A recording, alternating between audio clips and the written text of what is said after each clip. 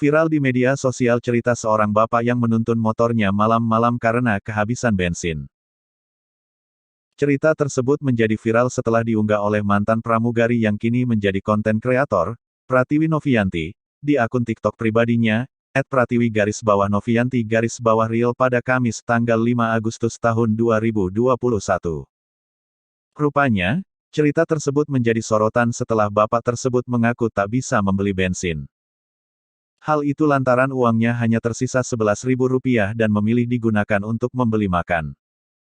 Rupanya, bapak tersebut hendak menuntun motor sampai ke rumah kontrakan anaknya yang berprofesi sebagai penjahit. Bahkan, kontrakan yang ditinggali anaknya pun berdua bersama temannya agar lebih murah. Bahkan, bapak tersebut sempat menolak pemberian Novi hingga sujud syukur karena dibantu oleh sang mantan pramugari.